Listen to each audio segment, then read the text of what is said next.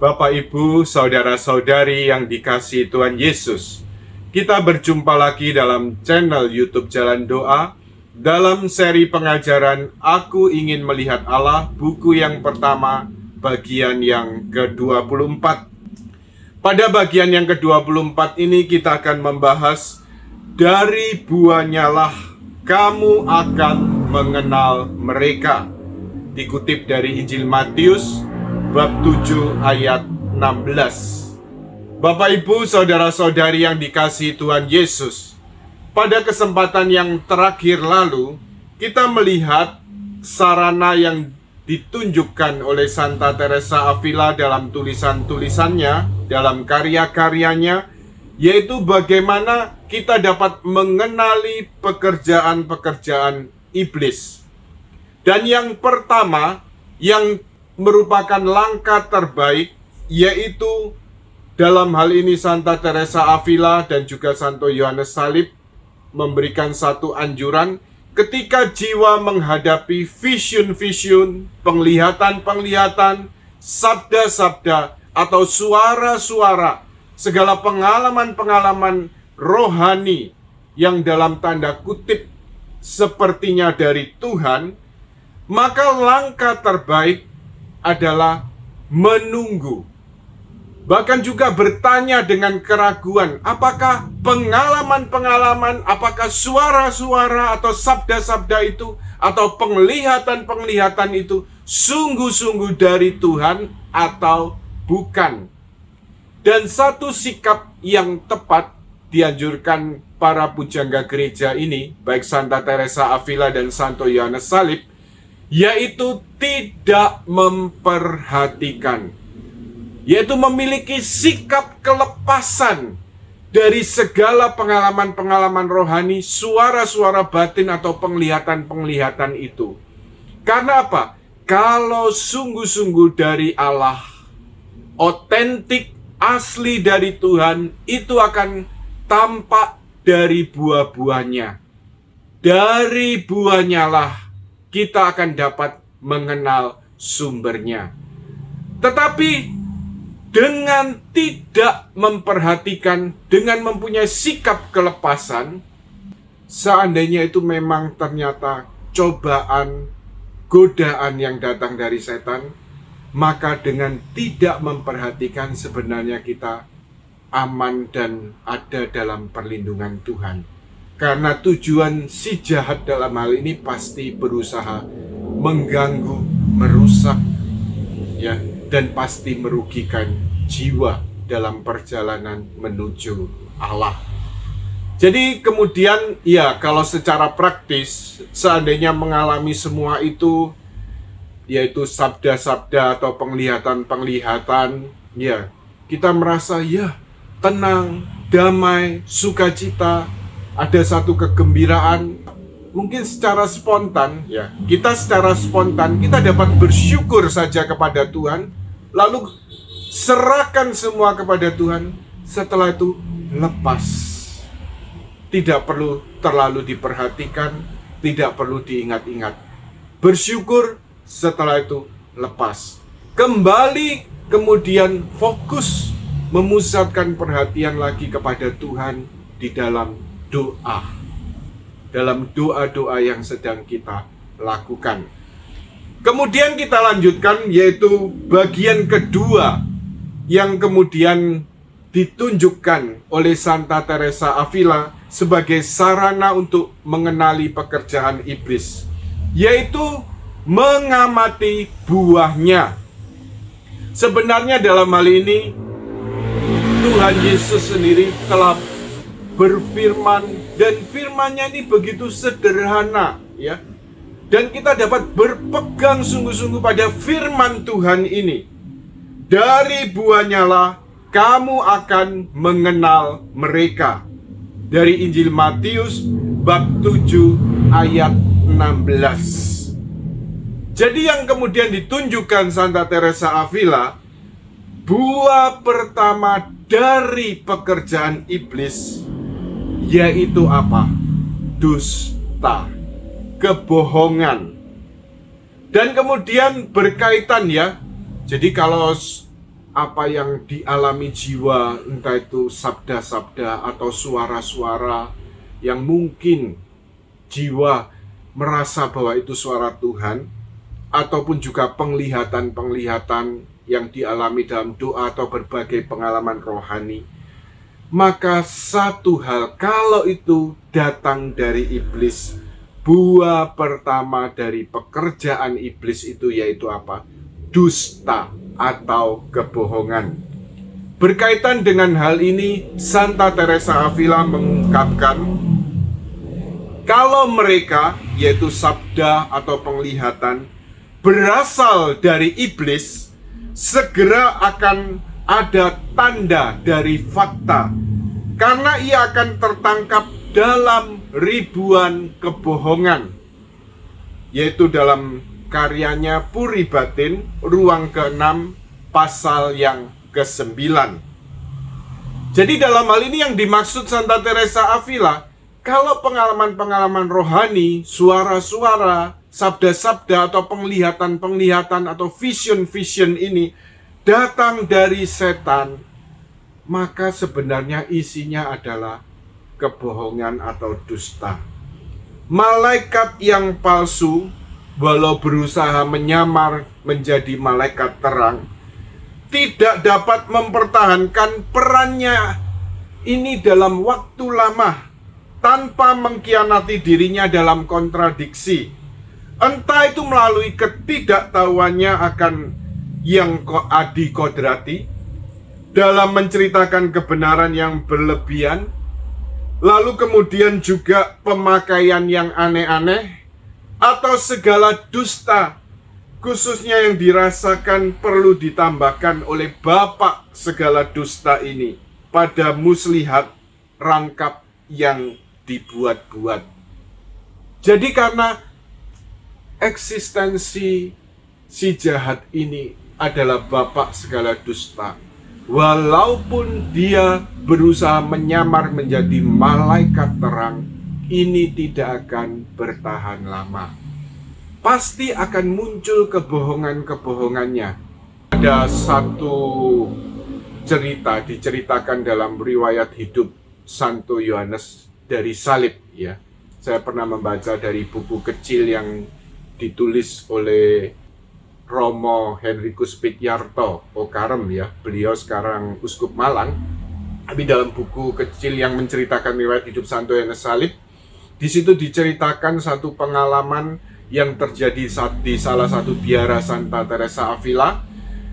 Bagaimana ada seorang suster yang boleh dikatakan diberikan satu kebijaksanaan yang luar biasa, membuat banyak orang, para teolog, para imam yang kemudian terkagum-kagum dengan kebijaksanaan dalam tanda kutip yang dianggap kebijaksanaan ilahi, ya, dari suster ini, seorang suster ini. Tetapi kemudian memang pimpinan biara, yaitu priorin, mudernya, dengan rahmat jabatan yang diberikan oleh Tuhan kepadanya dalam tugasnya, maka dia juga merasa ada keraguan-raguan. Apakah pengalaman-pengalaman suster kebijaksanaan ilahi yang sungguh menguasai kitab suci, menguasai teologi ini sungguh-sungguh datang dari Tuhan atau tidak? Atau juga pengalaman doa. Saya pernah mendapat cerita, jadi sampai kemudian suster ini, ya, kalau ekstase, levitasi, sampai kemudian melayang, tapi bisa terbalik begitu, ya. Seolah-olah benar-benar satu pengalaman yang sensasional. Levitasi bukan hal yang biasa dan wajar-wajar, tapi sampai kemudian bisa terbalik, kepala di bawah, kaki di atas. Jadi ya istilahnya aneh-aneh. Dan ini yang juga menimbulkan kecurigaan priorinnya. Sampai kemudian ya juga tentunya dalam hal ini satu ujian biasanya yang ada di biara-biara, biasanya ujian juga apakah itu sungguh-sungguh otentik atau tidak pengalaman itu, akan diuji juga dalam ketaatan dan kerendahan hati. Lalu akhirnya priorin ini mengundang Santo Yohanes Salib untuk ke biaranya, dan kemudian Begitu Santo Yohanes Salib berhadapan dengan suster ini, rupanya langsung diberikan satu pengetahuan, ya, jadi suatu discernment, yaitu karunia membedakan roh, bahwa justru yang ada dalam suster ini, yang merasuki suster, yang diberikan kebijaksanaan yang luar biasa ini, justru adalah rajanya setan. Jadi kemudian setelah mengetahui itu, Santo Yohanes Salib undur diri lebih dulu. Dia kemudian mempersiapkan diri, ya, selama beberapa waktu dengan doa dan puasa, seperti yang juga dianjurkan Tuhan Yesus untuk jenis-jenis tertentu dari roh-roh jahat itu, maka juga perlu dilakukan doa dan puasa untuk menghadapinya. Lalu Santo Yohanes Salib sampai tiba saatnya kemudian melakukan eksorsisme atas suster ini. Dan memang kemudian suster ini bisa ditolong di dalam kuasa Tuhan Yesus yang diberikan pada gerejanya. Jadi kemudian Tuhan memakai Santo Yohanes Salib untuk membebaskan suster ini dari segala ikatan dan belenggu dari raja setan ini. Ya, jadi satu contoh di sini, ya, ternyata kemudian apa? Kedok si jahat ini bisa dibuka, bisa terbongkar karena yaitu aneh-anehnya ini, ya. Jadi levitasi atau kemudian ekstase bukan suatu yang wajar, tetapi sampai, ya, tadi terbalik, kepala di bawah, kaki di atas, ya. Jadi itu kemudian juga memberikan juga bagi priorinya atau pemimpinnya, apakah ini sungguh-sungguh dari Tuhan atau tidak. Perlu diamati sungguh-sungguh buah-buahnya. Walaupun menyamar menjadi malaikat Tuhan, maka ya pasti akan juga terbongkar segala dusta dan kebohongan yang datang dari setan. Pada PowerPoint ini sebagai gambaran kita lihat juga, ya, ada buah-buah roh yang ada di sebelah kiri dari gambar, yaitu satu pohon yang bertumbuh dengan baik. Lalu sebelah kanan pohon yang tidak bertumbuh dengan baik karena tidak ada daun-daunnya, tidak ada bunga dan buah. Di situ kemudian saya letakkan, ya, contoh-contoh perbuatan daging, ya. Jadi kalau yang kemudian berbuah baik ada kasih, damai, sukacita, kerendahan hati, kelemah lembutan, penguasaan diri, dan lain sebagainya. Tetapi kemudian buahnya yang jahat, buahnya yang negatif, ada kebohongan, kegelisahan, putus asa, kesombongan, keras hati, kecemaran. Jadi dari buah-buahnya dapat dilihat pohonnya. Dari buah-buahnya dapat dilihat sumbernya. Apakah sungguh-sungguh dari Tuhan atau dari setan? Jadi kemudian Santa Teresa Avila melanjutkan, tanda tidak adanya kebenaran kelihatan sangat penting bagi Santa Teresa Avila. Jangan memperhatikan sabda, kecuali kalau cocok sekali dengan kitab suci. Jangan memberikan perhatian lebih daripada yang diberikan, seandainya datangnya dari iblis sendiri. Dari buku Puri Batin, ruang yang ke-6, pasal ke-9. Lalu kemudian kita lanjutkan yang ketiga, jadi tanda untuk mengenali pekerjaan si jahat. Yang ketiga ini, kalau dari setan, tidak akan bisa menghasilkan damai dan kerendahan hati. Jadi berlawanan bila dari Tuhan. Kalau dari Tuhan justru membawa damai dan kerendahan hati, karena Tuhan Yesus sendiri berkata, "Belajarlah padaku, karena aku lemah lembut dan rendah hati." Dari Injil Matius bab 11 ayat 29. Jadi sebagai gambaran, kerendahan hati dan damai adalah parfum yang memancar dari kehadiran Tuhan dan karyanya. Jadi gambaran yang diberikan Santa Teresa Avila, damai dan kerendahan hati ini adalah seperti parfum. Jadi bayangkan kalau orang pakai parfum, ya, pakai parfum, parfumnya wangi, dengan aroma-aroma tertentu, ya, dengan bau tertentu, itu kemudian akan tercium dari jauh. Nah, demikian juga kalau Tuhan sungguh-sungguh mengerjakan karyanya, Tuhan sungguh-sungguh hadir dengan kuasanya, maka juga akan tercium bau parfum itu, yaitu kedamaian dan juga kerendahan hati. Sebaliknya, kalau itu dari setan, jadi suara-suara, sabda-sabda, penglihatan-penglihatan, vision-vision, pengalaman rohani itu, kalau dari setan akan menghasilkan efek yang berlawanan. Jadi kemudian dikatakan Santa Teresa Avila, sesudah mengalami sabda-sabda dari iblis, jiwa sama sekali tidak taat, juga kelihatannya bingung dan sangat tidak puas. Dari buku Riwayat Hidup, bab 21, artikel yang pertama. Jadi kalau kita lihat, ini dalam konteks membiara ya. Jadi rupanya kaul ketaatan, ya, jadi mempersembahkan ketaatan kepada Tuhan, yaitu melalui ketaatan kepada para pemimpin biara. Jadi dalam hal ini kaul ketaatan ini juga menjadi batu ujian.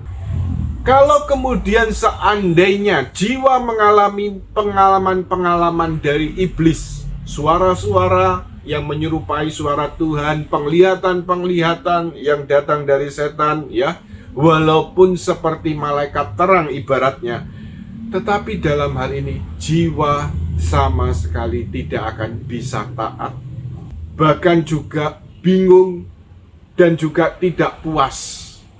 Jadi dengan berbagai hal, kesombongan rohani yang juga akan muncul, dan berbagai buah-buah negatif yang lain yang bisa muncul. Jadi saya teringat pengalaman seorang kudus, Santo Padre Pio, yang kemudian menerima pengalaman stigmata, lalu juga berbagai pengalaman-pengalaman rohani yang macam-macam ya. Tetapi kemudian satu batu ujian yang harus orang kudus ini hadapi ketika dia menghadapi perintah dari provinsialnya, yaitu dari pimpinannya, yang melarang dia untuk misa di depan umum. Dan kemudian ya, Padre Pio taat. Tetapi justru kita lihat karena ketaatannya ini, bagaimana segala pengalaman rohani yang dialami Padre Pio adalah pengalaman yang sungguh-sungguh otentik berasal dari Tuhan. Sampai kemudian akhirnya pimpinan gereja yang lebih tinggi kemudian campur tangan, sehingga kemudian akhirnya Padre Pio ya diperintahkan untuk kembali boleh misa dengan umat. Jadi dalam hal ini satu contoh bagaimana ketaatan yang juga dihayati oleh seorang kudus, Santo Padre Pio. Kemudian kita lihat, jadi dalam hal ini jelas ya, kalau pengalaman-pengalaman rohani, suara-suara, atau kemudian ya penglihatan-penglihatan itu dari setan, tidak mungkin akan bisa menghasilkan damai dan kerendahan hati. Kemudian kita lihat ada satu ungkapan dari Santa Teresa Avila, tetapi iblis tidak akan dapat memalsukan efek-efek yang sudah dijelaskan, atau meninggalkan damai ini atau terang ini dalam jiwa, melainkan hanya kegelisahan dan kekacauan. Cukup pasti, jika anugerah-anugerah berasal dari Allah, maka semakin besar anugerah yang diterima jiwa, semakin jiwa tidak membanggakannya. Dari buku Puri Batin, ruang ke-6, pasal yang ketiga. Jadi dalam hal ini, justru ini satu hal yang kebalikan ya. Kalau sungguh-sungguh dari Tuhan, pengalaman rohani yang begitu dalam, maka dalam hal ini jiwa justru berusaha untuk menyembunyikan atau hanya membuka pada bapak pengakuan atau pembimbing rohaninya, dan kemudian tidak menggembar-gemborkan atau membangga-banggakannya. Jadi dalam hal ini, kalau kita bicara dengan segala sesuatu yang diterangkan oleh Santa Teresa Avila, memang dalam hal ini hanya melalui pengalaman orang bisa memahami sepenuhnya arti yang tepat dari istilah-istilah yang diungkapkan Santa Teresa Avila, yaitu mengenai terang, damai, kesulitan, kegelisahan.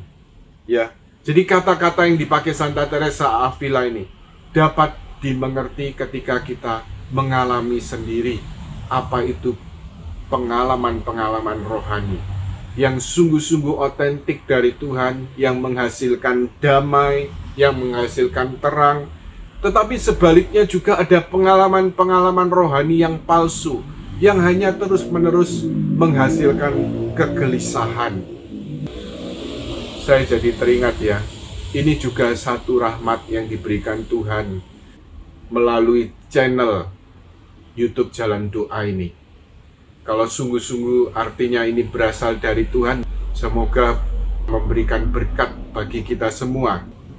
Dan rupanya bagi saya yang dipakai oleh Tuhan untuk mengajar di channel YouTube Jalan Doa ini ya, saya mendapat satu rahmat yang saya terima baru-baru ini, yaitu ketika mengajar tentang berbagai gangguan atau serangan setan tentang kegelisahan. Ini merupakan serangan setan yang paling utama yang dinyatakan Santa Teresa Avila tentang kegelisahan.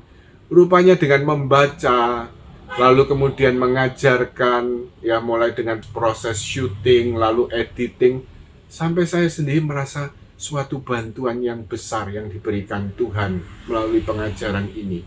Karena apa? Jujur, walaupun saya mengajar baik mulai dari kelas-kelas di komunitas pelayanan kami untuk kelas-kelas doa ataupun juga berbagai pokok pembahasan mengenai kehidupan doa, juga cita-cita rohani yaitu tentang persatuan dengan Allah, secara pribadi sesuai juga yang diungkapkan Santo Yohanes Salib, kita boleh merindukan persatuan dengan Allah. Kita jangan merindukan pengalaman-pengalaman rohani, sabda-sabda, vision-vision, penglihatan-penglihatan atau berbagai pengalaman rohani yang memang kelihatannya hebat dan menyenangkan. Kita jangan menginginkan itu semua, tetapi kita boleh merindukan kontemplasi. Kita boleh merindukan persatuan dengan Allah, karena itu memang sungguh-sungguh tujuan hidup kita, yaitu untuk mengenal Allah, mengasihi Allah, dan bersatu dengan Allah. Tetapi kemudian selama ini dalam hati kecil saya ada satu kegelisahan, yaitu apa? Satu kegelisahan yang terus-menerus ya.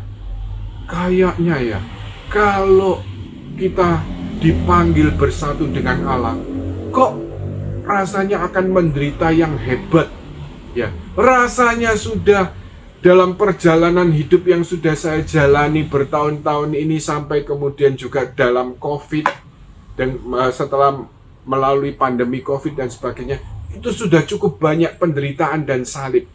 Nah, kalau kemudian ditarik masuk lagi sampai pada persatuan, kok rasanya gak kuat ya? Kok rasanya isinya terus makin lama makin menderita ya?